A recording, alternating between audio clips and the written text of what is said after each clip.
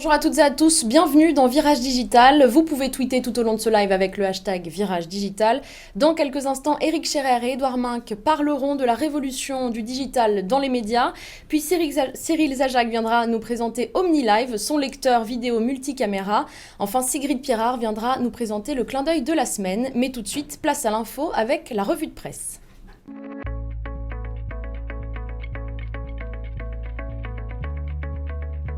Au sommaire de l'actualité numérique cette semaine, showroom privé entre en bourse, le mystère de la construction des pyramides va peut-être enfin être levé, retour vers le futur inspire les marques ou encore les internautes, on en parlait la semaine dernière.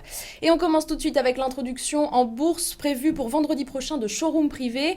Depuis son lancement en 2006, l'entreprise française s'est toujours maintenue dans le vert, elle a toujours été rentable, fait unique selon Thierry Petit, le cofondateur. L'introduction en bourse sera l'occasion de lever entre 256 et 328 millions d'euros pour l'entreprise française et permettra un développement de son activité sur toute la zone euro. Deezer, qui devait également être introduit à la Bourse de Paris ce matin, a finalement fait marche arrière à la dernière minute. Selon le groupe français, les conditions du marché sont défavorables. La suspension est liée à l'entrée d'Apple Music sur le marché qui entraîne de mauvais résultats pour Pandora ou encore Netflix. Éric, Édouard, est-ce que vous avez suivi ça ou pas vraiment ? L'entrée en bourse. Non, j'ai pas suivi ça, mais c'est vrai que c'est intéressant de voir des gros leaders français qui rentrent en bourse, qui sont valorisés très bien sur des domaines de musique et mode. Ça promet un petit peu pour... Non, mais il est temps qu'on ait enfin des acteurs de taille un peu importante. Je regardais ce matin encore le cartographie des ce qu'on appelle les licornes, c'est-à-dire ces boîtes qui a plus d'1 milliard de dollars de valorisation, très très peu de françaises, quasiment aucune dans les 100 premières. Il serait temps.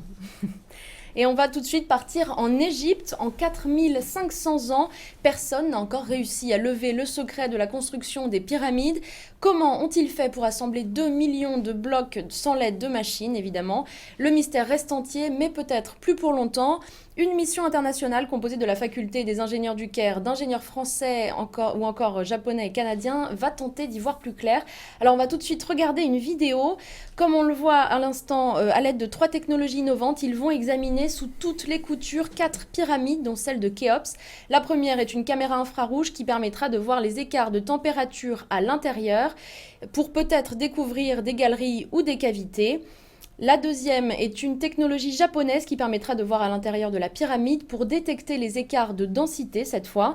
Enfin, des drones équipés de scanners laser permettront de reconstituer l'intégralité du plateau de Gizeh en images de synthèse. Voilà donc un projet d'envergure visant à relancer le tourisme.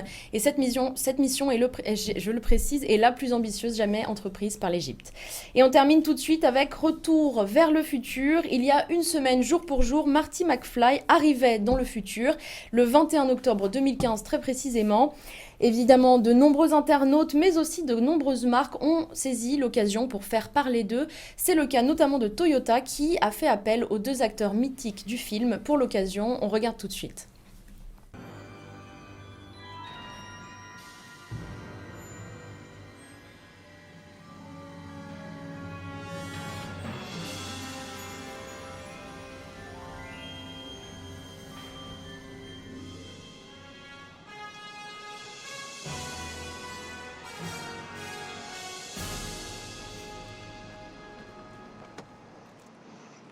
It works, right? You bet your ass it works. So you gonna take us for a spin or what? Hop on in, shotgun. What do you say we get this baby up to 88? Toyota, et ça ne s'arrête pas là puisque les fans ont une imagination évidemment débordante.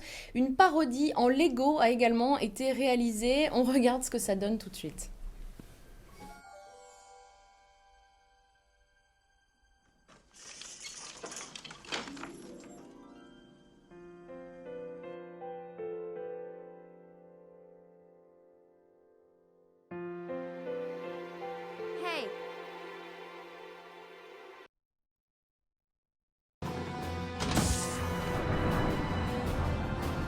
Voilà donc pour le rattrapage de l'info. On passe tout de suite au débat.